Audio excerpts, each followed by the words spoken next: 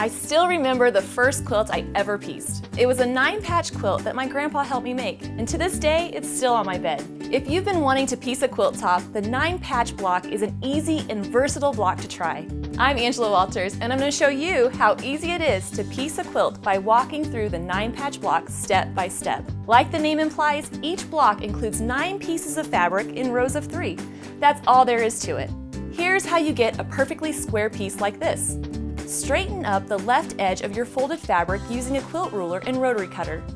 Then carefully cut a strip of fabric to the width you want the individual blocks to be. Rotate the strip, remove the selvage or straighten the edge, and then cut out the individual squares. This is the same way that you would cut out blocks for any quilt pattern. Cut a total of 9 squares, making them all the same size. It's the easiest option for piecing. Lay them out in 3 rows of 3. Experiment with several placement options until you find the one that you love best.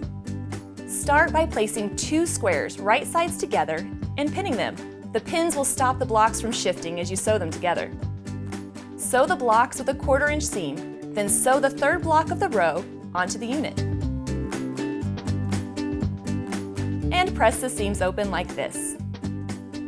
Repeat with the other 2 rows. Pin, sew, and press the blocks together the same way you did the first row. All that's left to do now is sew the 3 rows together.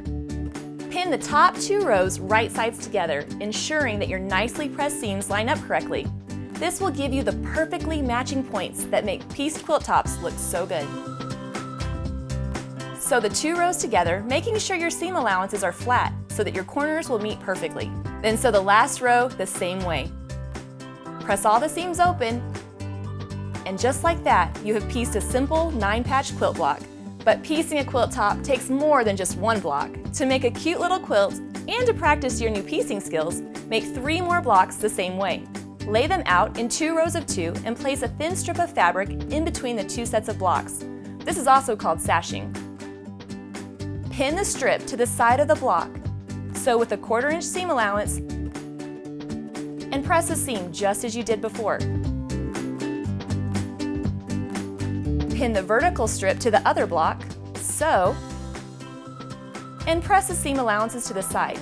I know we're doing a lot of ironing, but trust me, it makes the whole process easier. So here's our basic 9-patch block arranged in a quilt top. If you want to give your quilt a different look, this little quilt top was pieced with 4 9-patch quilt blocks.